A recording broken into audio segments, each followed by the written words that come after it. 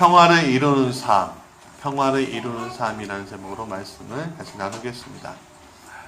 6월은요, 우리 민족에게 있어서 굉장히 특별한 날이기도 합니다. 수백만 명이 죽은, 수백만 명이 다친, 전쟁이 일어난 달이기도 합니다. 또 민주화를 위해서 투쟁했던 6월 항쟁이 있었던 달이기도 합니다. 그리고 여러 가지 사회적 격변이 있었던 달이 또 6월 달이기도 합니다. 특별히 오늘 이번 주간은 굉장히 특별한 주간인 것 같습니다. 12일에 북미 정상회담이 있고요. 13일에 지방선거가 있고요. 14일에 러시아 월드컵이 있습니다. 그리고 15일에 우리 셋째의 생일입니다. 원래는 그게 없었는데 일부 예배 때 아이들이 얘기하더라고요. 12일은 국가적으로 굉장히 중요한 날이 될 것 같고요. 13일은 국내 정치적으로 굉장히 중요한 날이 되고, 15일은 저희 가정에서 중요한 날입니다. 그래서 오늘 특별히 평화에 대해서 나누고자 합니다. 특히 예수 믿는 우리가 평화를 이루려면 어떻게 내가 살아가야 하지? 내가 어떻게 하면 이 평화를 이룰 것인가? 라는 제목으로, 주제로 오늘 말씀 나누고자 합니다. 교회에서 자주 쓰는 히브리어 단어들이 몇 개 있습니다. 뭐가 있을까요? 샬롬. 그렇죠. 요번에 주제. 또 뭐가 있죠? 할렐루야. 또 쉽게 생각하세요. 할렐루야 하면 아멘이잖아요. 그렇죠? 그러니까 많아요. 생각보다 많은데 우리가 잘 몰라서 그래요. 특별히 오늘 주제인 이 샬롬에 대해서 좀 이야기하고 싶은데요. 이 샬롬에 대해서 서울신대에 히브리어를 가르치는 건혁승 교수님이라는 분이 이렇게 정의했습니다. 우리말 성경에서 평안 혹은 평강 등으로 번역된 샬롬의 어원적 의미는 온전함이래요. 온전함. 샬롬과 같은 어원이면서 샬롬의 의미를 잘 드러내주는 히브리어 동사가 있는데요. 실람이라는 단어가 있답니다. 이 동사는 물건값을 치르다, 빚을 갚다 이런 뜻이 있대요. 그러니까 어느 한쪽에 신세를 지거나 아니면 어느 한쪽에 단점을 잡히거나 하는 것들을 갚는 걸 얘기하는 거예요. 이제는 공평하고 평등한 걸 얘기하는 겁니다. 즉 물건값을 지불함으로 거래 관계가 완결되는 것이 바로 샬롬이라는 단어예요. 이 샬롬은 또 이런 전쟁, 적대감 등의 반대 개념이 평화와 우정을 또 의미한다고 합니다. 분쟁이나 갈등이 해소된 평화로운 상태가 바로 샬롬이래요. 또 그 범위로는 개인관계에서부터 시작해서 큰 범위인 국제관계까지 망라되어 있습니다. 그래서 예레미야 38장 22절에 좋은 우정관계에 있는 사람들을 뭐라고 얘기하냐면 샬롬의 사람들이라고 표현한답니다. 샬롬의 사람들. 여러분들도 우리 샬롬의 사람들인지 믿습니다. 그리고 주변 국가와 더불어 평화로운 관계를 유지하고 국가적 안녕을 취할 때도 샬롬이라고 그 단어를 씁니다. 근데 여기서 끝나는 것이 아니라 샬롬은요, 하나님과의 언약 관계까지 확장된다고 합니다. 하나님의 변함없는 사랑에 근거한 이스라엘의 하나님과의 언약을 평화의 언약이라고 불렀다고 합니다. 그러니까 우리가 하나님과 우리 사이를 평화의 언약이라고 불렀다는 거예요. 샬롬과 관련해서 빼놓을 수 없는 것은 구원과 관련된 것이랍니다. 굉장히 전인적이면서 통용적인 의미를 가지고 있는데 이 전인적이면서 통용적인 복의 개념이 샬롬이라는 거예요. 그래서 샬롬은 은혜와 함께 하나님께서 이스라엘에게 베풀어 주신 가장 중요한 복이라는 거예요.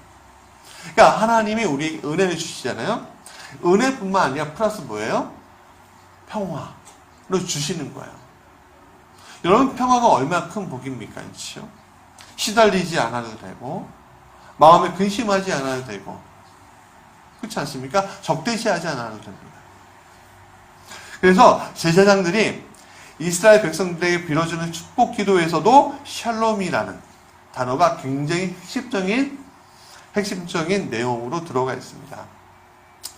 은혜라는 단어가 하나님과의 관계를 규정하는 근거라면 샬롬은요, 그런 은혜 속에서 우리에게 주어지는 아주 구체적인 복을 이야기하고 있다고 합니다. 그것은 하나님과의 관계가 샬롬의 복보다 하나님과의 관계가 샬롬이란 복보다 더 우선적이지만 그 안에서 정립돼야지 이 샬롬이라는 복을 또 받을 수 있다는 거예요. 첫 번째 뭐라고요? 하나님과의 관계 안에서 은혜 받는 거. 또 두 번째 뭐예요? 그 안에서 샬롬이라는 복을 받는 거예요. 그렇다면 우리가 이 안에 이 샬롬, 우리 삶 가운데 샬롬을 이루려면, 이 평화를 이루려면 우리가 어떻게 하면 좋을까? 첫 번째 같이 읽어볼까요? 시작. 내 안에서 평화를 이루자. 삶을 살면서 우리 안에 평화를 이루는 게 얼마나 어렵습니까? 굉장히 다 압니다. 쉽지 않아요. 오늘 좋다가도요, 순식간에 나빠질 수 있는 게 나의 평화는이에요. 예를 들어 저희 셋째 산이 이야기를 좀 하고자 합니다. 셋째 산이를 보면요, 굉장히 저는 귀엽다고 생각을 해요. 막 웃고 다니고요, 장난치고요, 너무 좋아요. 근데 참 이상하죠? 이 아이가 평화가 깨져버리는 일들이 있어요. 그러니까 하루에 한 10번 이상 우는 것 같아요. 눈물 하나 흘리지 않으면서 울어요. 금세 좋더라도 자신 마음에 들지 않으니까 금세 울어요. 왜 울죠? 자신의 평화가 무너졌기 때문에 우는 거예요. 그럼 자신이 원하는 평화가 뭘까요? 이 3살배기, 4살배기한테 장난감 사줘, 뽑기하고 싶어, 또 뭐가 있을까요? 사탕 먹고 싶어, 어린이집 가기 싫어, 놀아줘, 뭐 이런 것이겠죠, 그렇죠? 우리 여기 건우가 있는데 건우의 평화를 깨지게 하는 것들이 뭐가 있을까?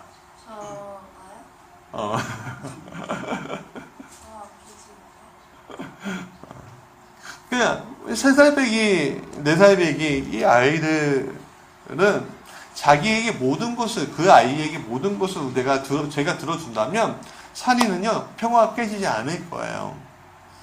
늘 웃고 있겠죠. 행복에 겨워하겠죠. 그러나 우리는 알아요. 이렇게 다 해줄 수 없어요. 그 아이가 원하는 대로 다 해주면 그 아이가 버릇이 나빠질 것임을 다 알기 때문에, 또 그 여력도 별로 없기 때문에. 그렇죠. 오늘 우리가 그래요. 이 4살짜리 배기처럼 마음이 참 혼란스럽고 힘이 드는 일들이 많아요. 좋은 일이 있으면 막 좋아요. 행복해요. 근데 저에게 싫은 일이 생기면 금세 그 평화가 깨지는 것을 우리가 경험하잖아요. 물론 금방 이 4살짜리 아이처럼 금방 좋다가 싫은 것은 아닐 겁니다. 좀 더 우리가 인내심을 가지고 있기 때문에 그래요. 그래서 인내심의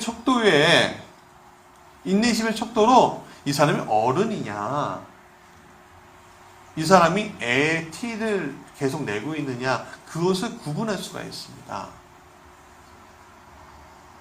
어렸을 때 많이 힘들고 고난받은 아이, 그 자라면요, 아이일지라도 인내심이 굉장히 커져요.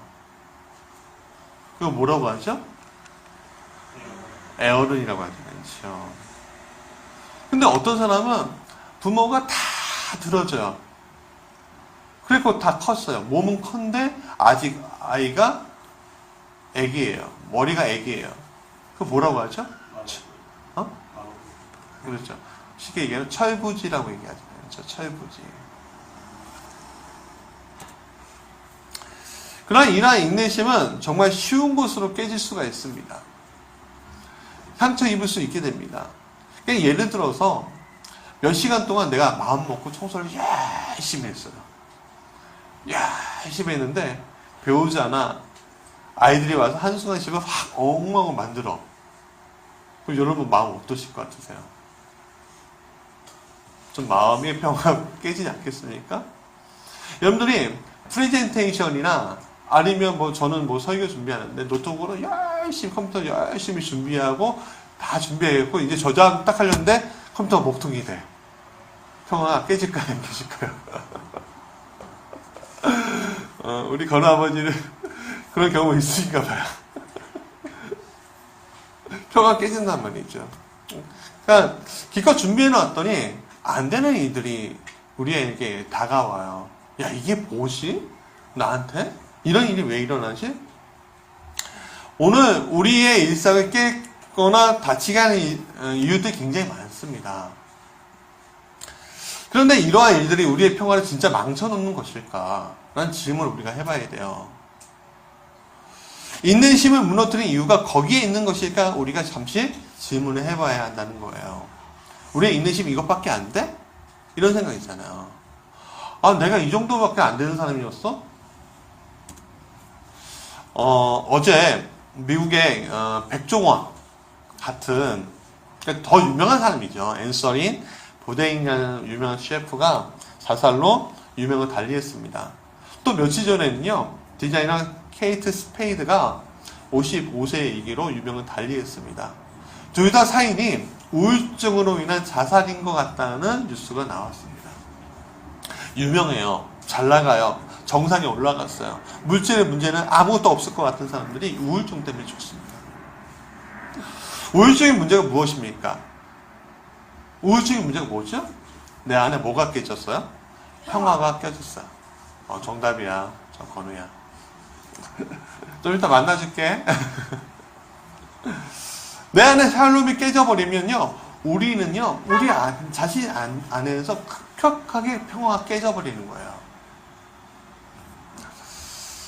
우울증이나 조울증의 대부분, 다는 아니에요. 대부분의 그래서 일어나는 일입니다. 성경에서 우울증 걸린 사람 중에 한 사람을 대표적으로 찾으라고 하면요, 엘리야 선지자가 될 겁니다. 엘리야는요, 굉장히 특별한 사람이었습니다. 그 말 한마디로 가뭄이 오고요, 그 말 한마디로 어떻게 해요? 불이 내려오고요, 그 말 한마디로 비가 내려왔던 사람이에요. 근데 그 엘리야가 갈멜산에서 엄청난 승리를 거두었잖아요. 350대 1로 싸워서 바알 선지자는 죽고 하나님을 드높이는 귀한 일을 그가 했습니다. 근데 그가 한순간에 평화가 깨져버려요. 왜 깨져버리죠? 아합 왕, 북이스라엘의 아합 왕의 왕비 이사벨, 이 우상 숭배자가 외친 말 한마디예요. 뭐라고 했습니까? 내가 반드시 오늘 너를 죽이겠다. 근데 그 엄청난 승리를 거둔 이 사람이 그 말 한마디에 굉장히 마음이 무너져요. 평화가 무너져 버려요. 그래서 정신없이 막 달리니까 유대 방해한 거예요. 정신을 딱 찾아보니까 이게 뭐지? 내가 지금 왜 여기 있지? 이런 생각이 드는 거예요. 그러니까 다리가 너무너무 힘든 거야. 그래서 어떻게 해요? 저기 보니까 낮은 숲을 노뎀나무 한 그루가 있는 거예요. 거기에서 그가 눕습니다. 그리고 이렇게 얘기합니다. 우리 열왕기상 19장 4절 같이 읽어볼까요? 시작. 자기 자신은 광야 안에 들어가 하루 길쯤 가서 한 노뎀나무 아래에 앉아서 자기가 죽기를 원하여 이르되 여호와여 넉넉하오니 지금 내 생명 거두시옵소서. 나는 내 조상들보다 낫지 못하니이다 하고. 이 사람은 엄청난 승리를 얻었지만 마음의 평화가 깨져버리는 그 말 한마디에 그는 자기가 죽었으면 좋겠다라는 이야기를 해요. 그러니까 오늘 우리가 그렇다는 겁니다. 오늘 우리가 열심히 살아요. 다 하나님이 여러분들 인정할 수 있을 정도로 여러분들 열심히 살고 있어요. 저는 다 보지 못하지만 여러분들이 살고 있는 그 상황과 형편들은 제가 알 수 있어요. 제가 목회자지만 저도 열심히 살지만 제가 재작년이 되죠. 재작년에 제가 저번에 말씀드렸는데 대리운전 한 2개월 뛴 적이 있었습니다. 근데 그때 제가 놀란 일이 있었어요. 그 손님을 태우고 어디까지 구파발까지 갔었어요. 근데 구파발에서 이제 집으로 가려고 하는데 4시 20분이었습니다. 근데 이 4시 20분인데 차가 다니지 않을 때잖아요. 근데 4시 20분에 버스가 차가 오는데 사람이 가득한 거예요. 결국 차를 타지 못했습니다. 제가 그 차를 타고 서울역까지 가려고 했는데 두 번째 차를 기다리면 두 번째 차도 또 가득 찬 거예요. 간신히 낑겨오고 탔습니다. 보니까 다 아주머니들인 거예요. 이들이 어디를 가나 했어요. 강화문에 다 닫으니까요. 강화문에서 다 흩어지더라고요. 서울역까지 오니까 다 흩어지더라고요. 아, 이분들이 열심히 일하는 여러분들 사무실을 청소하고 있구나. 빌딩에 청소하고 있는 분들이었던 거예요. 그 청소를 하기 위해서 그 새벽에 일어나서 밥도 먹지 못하고 그 출발했고 그 빌딩 안으로 사라지는 거였죠. 여러분들 그것만큼 여러분들 살고 있지 않습니까? 여러분들 굉장히 수고하고 애쓰고 있는 거 압니다. 그럼에도 피곤한데도 불구하고 여러분들 교회에 와서 예배 드리는 거 여러분들 굉장히 훌륭하고 아름다운 일이라고 저는 생각합니다. 근데 그 상황 가운데 우리는 있다는 거예요. 그러면 이렇게 살고 있는데 왜 내 안에서 그럼에도 불구하고 하나님을 내가 모시고 섬기며 살아가고 있는데 왜 내 마음의 평화가 깨지냐는 거예요. 우선 하나님 오늘 이 엘리야를 보세요. 엘리야가 마음의 평화는 깨졌잖아요. 마음의 평화는 깨졌는데 그 후에 하나님 어떻게 하셨습니까? 어루만지셨어요. 떡을 주시고 물을 주시고 어루만지셨고 일어나 걸어라 염려해 주셨어요. 그럼에도 불구하고 엘리야는요 실패했다는 자책감으로 인해서 그 후의 사역들을 보면 완전히 빠져나오지 못하는 것을 성경을 통해 우리가 볼 수 있습니다. 그렇다면 오늘 우리가 열심히 살고 있는데 샬롬에 실패했다면 이 샬롬을 회복하고 이루려면 우리가 어떻게 할 것인가? 첫 번째 같이 읽어볼까? 시작. 하나님과의 샬롬을 회복해야 합니다. 나와 하나님과의 평화가 깨지는 결정적인 이유는요, 내 안에 거룩을 회복하지 못하는 나에게 있다는 거예요. 거룩이라는 건 뭐죠? 한 점 티끌도 용납되지 않는, 죄의 티끌을 용납하지 않는 상태를 이야기합니다.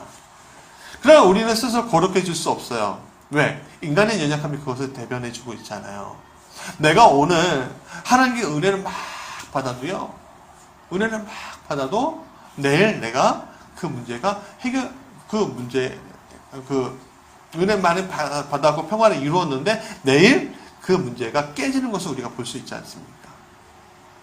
그래서 아무리 우리가 발버둥쳐도 하나님과의 샬롬은요, 우리 자신이 회복할 수 없다는데 우리가 답을 성경을 통해 알 수가 있습니다. 죄의 문제는 우리가 그렇게 꽉 메고 있는 겁니다. 그러면 할 수 없이 포기해야 될까요? 그렇지 않습니다. 이 문제를 해결하기 위해 이 땅에 그리스도이신 독생자 예수님이 오셨던 것을 우리는 알 수가 있습니다. 요한복음 3장 16절 다 외우고 있죠. 한번 읽어볼까요? 시작. 하나님이 세상을 이처럼 사랑하사 독생자를 주셨으니 이는 그를 믿는 자마다 멸망하지 않고 영생을 얻게 하려 하심이라. 그래서 오늘 우리는요, 그리스도와 연합함으로 주가 우리에게 주신 샬롬의 길을 회복해야 한다는 거예요.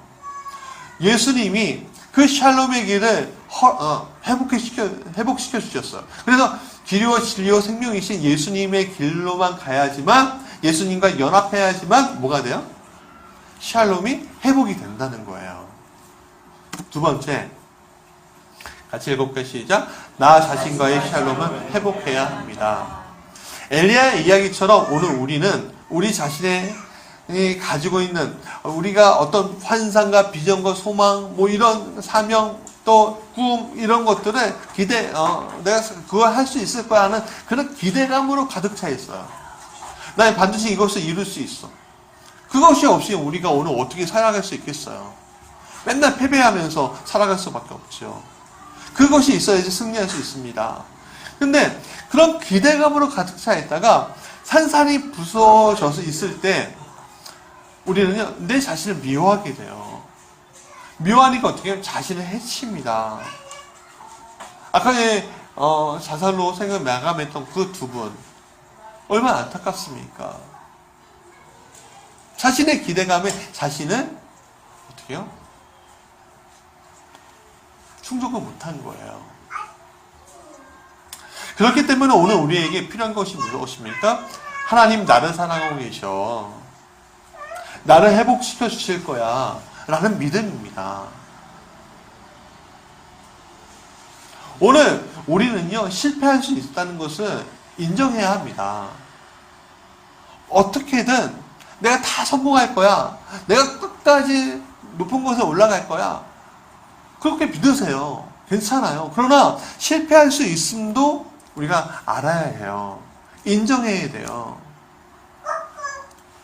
그리고 그 실패 가운데 왜 하나님 나를 이렇게 실패하게 하셨어요? 라고 질문할 때 우리가 발견할 게 하나가 있습니다. 뭐냐면 그 실패 가운데 하나님의 계획이에요.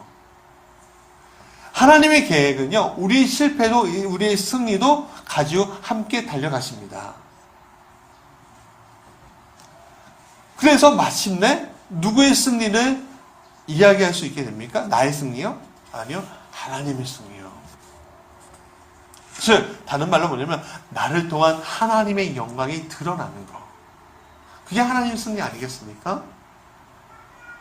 그렇기 때문에 오늘 내가 넘어져도 이렇게 세워주시고 내가 죽을 것 같아도 나를 살리시는 그 하나님을 오늘 우리가 만나야 되고 또 그 만남을 통해서 뭐가 일어나요? 샬롬, 평화가 일어납니다. 그래, 내가 넘어질 수 있지. 내가 어떻게 쓰러질 수 있지. 그래, 그래도 하나님이 이렇게 세우실 거야. 그때 평화가 임하는 거죠. 그것이 저와 여러분의 평화가 되길 원합니다. 이것이 강하고 담대하게 있어야 돼요. 두 번째, 7개 시작. 공동체 안에서 평화를 이루자. 월남전에 많은 미군들이 마약을 했습니다. 마약을 통해 전쟁의 공포를 이겨내려고 노력했습니다. 그 전쟁 끝난 다음에 미국 정부는 굉장히 많은 걱정을 했다고 합니다. 왜냐하면 외상후 스트레스로 인해서 마약을 하던 젊은 20대 청년들이 본국으로 오면 문제를 일으킬 것이 굉장히 뻔한지 아니겠습니까? 굉장히 걱정을 했다는 거예요. 그래서 많은 치료 시스템을 구축하고 기다리고 있었다는 거예요. 근데 아이러니하게도 이런 문제를 일으킨 이들은 굉장히 소수였다는 거예요. 왜냐하면 이들이 고향으로 가족의 품으로 돌아가는 그 순간에 완전히 회복됐다는 겁니다. 가족이 보호하고 사랑해 주었고 공동체가 맞이해 주었더니 전혀 문제가 생기지 않고 잘 극복하고 있더라는 겁니다. 우리에게 가장 기초적인 공동체가 뭘까요? 바로 가정입니다. 그리고 교회, 직장이 될 수 있습니다. 우리가 속해 있는 공동체에서 우리는요, 평안을 이루는 삶을 살고 싶습니다. 그렇게 살아야 되겠죠. 예수님 자신도요, 공동체를 이루셨어요. 그래서 이와 같이 말씀하셨습니다. 우리 마태복음 12장 46절부터 50절까지 같이 읽어보겠습니다. 예수께서 우리에게 말씀하실 때 그의 어머니와 동생들이 예수께 말하려고 밖에 섰더니 한 사람이 예수께 여짜오되 보소서 당신의 어머니와 동생들이 당신께 말하려고 밖에 서 있나이다 하니 말하던 사람에게 대답하여 이르시되 누가 내 어머니이며 내 동생들이 하시고 손을 내밀어 제자들을 가리켜 이르시되 나의 어머니와 나의 동생들을 보라. 누구든지 하늘에 계신 내 아버지의 뜻대로 하는 자가 내 형제요 자매요 어머니이다 하시더라. 예수님은 이러한 공동체를 만들어서 제자들을 만들고 전도하셨습니다. 그리고 이러한 공동체를 통해 뭘 세우셨어요? 교회를 세우잖아요. 그리고 이 공동체 안에서 치유하시고요 말씀을 선포하셨습니다. 오늘 많은 이들이 공동체 만드는 것에 대해서 두려워합니다. 혼자가 편하다고 하죠. 네. 간섭받는 걸 굉장히 싫어합니다. 오히려 두려워해요. 그래서 혼밥족 이런 말이 신조어가 생겼어요. 저도 가끔은 혼자 있고 싶은 데가 있어요. 왠지 아십니까? 뭐 얘기하지 않을게요. 우리 아내한테 혼날 것 같아요. 네. 그러나 우리가 알아야 할 것은 인간은요, 공동체 안에 있어야 하고, 자신의 인간은요, 공동체 안에 있어야만 한다는 거예요. 왠지 아십니까? 공동체 안에 있어야지 자신의 부정적인 존재감을 씻을 수 있다는 거예요. 하나님은 사람이 혼자 있는 것을 좋게 보지 않으셨습니다. 그래서 돕는 배필을 창조하셨는데 바로 가정이죠. 그래서 창세기 2장 18절 같이 읽어볼까요? 시작. 여호와 하나님이 이르시되 사람이 혼자 지내는 곳이 좋지 아니하니 내가 그를 위하여 돕는 배필을 지으라 하시니라. 혼자 사는 것이 편할 수 있어요. 혼자 신앙생활하는 거 편할 수 있습니다. 교회에 대해서 아니면 또 뭐 삶에 대해서 혼자가 좋아요. 네. 모든 간섭에서 벗어날 수 있지 않습니까? 내가 뭐라고 하고 뭐 이렇게 얘기할 사람은 없잖아요. 자, 가끔 저도 집에 들어가는 게 무서울 때가 있어요. 네. 막 이럴까봐. 쉽지 않아요. 아, 왜 이렇게 잔소리가 많아? 뭐 이렇게 얘기할 수도 있잖아요. 그렇지 않습니까? 근데 혼자 산다는 거는요, 외로움을 자초한다는 것이 되겠죠. 근데 이상하죠? 외로움을 자초한다는 거 하는 게 내가 평화롭고 싶어 라는 단어였죠. 내가 평화롭고 싶기 때문에 혼자 있고 싶어 예요. 그렇죠? 근데 이상하게 이렇게 선택한 길이 오히려 평화를 놓치는 길로 가고 있는 것을 우리가 자주 봅니다. 남녀가 연애할 때 듣는 소리가 있죠. 남자가 연애하면 뭐 어떻게 돼요? 신수가 환하다고 하죠. 그렇죠? 여자가 연애하면 뭐라고 합니까? 예뻐졌다. 그렇게 얘기하잖아요. 그렇죠?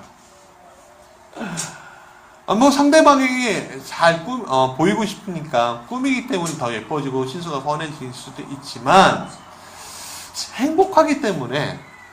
행복하기 때문에 실제로 좋아져 보인다는 말씀이에요. 이야기예요. 오늘 우리의 공동체를 이룬 삶이 이런 삶입니다. 공동체를 이룬다는 건 뭐냐면요, 그 공동체 안에서 자신이 치유받을 수 있다는 걸 얘기합니다. 근데 참 우리가 좀 조심해야 될 게 있어요. 뭐냐면 이익을 위해 모이는 공동체에 많은 것을 기대하면 안 돼요. 여러분, 오늘 우리 교회는 이 작은 공동체이지만 이익을 위해서 모였습니까? 아니면 하나님 믿기 위해서 모였습니까? 그렇지, 건우 잘 얘기했다. 하나님 믿기 위해서 모인 거잖아요. 그렇죠? 근데 여러분의 직상은 이익을 위해서 모인 겁니까? 아니면 사랑하기 위해서 모인 것입니까? 이익을 위해서 모인 거예요. 그러면 이익을 위해 모인 것은요, 결국 뭘 내야 돼요? 성과를 내야 돼요. 그렇죠? 결과물을 내야 돼요. 그러니까 결과물과 성과가 있는 곳에는 뭐가 없습니까? 평화를 이룰 수가 없는 거예요. 제가 교회에서 사역하지만 제가 큰 교회에서 부목사 할 때 5년 동안 평화가 있기 원했었어요. 목사님들이니까, 선배 목사님들이니까, 후배 목사님들이니까 그 안에서 평화가 있고 행복하면 좋겠다 하고 부목사로 5년 동안 있었습니다. 근데 5년 동안 하루 종일, 그러니까 하루라도 평화가 있었던 적이 없었어요. 항상 마음이 깨지고, 항상 마음이 아프고요, 항상 마음이 상처 있고요. 아, 왜 그러지? 결국에는 제가 거기에 목사로 있었던 것이 아니라 어떤 피고용인으로 있었던 거죠. 그러니까 평화가 없었던 거예요.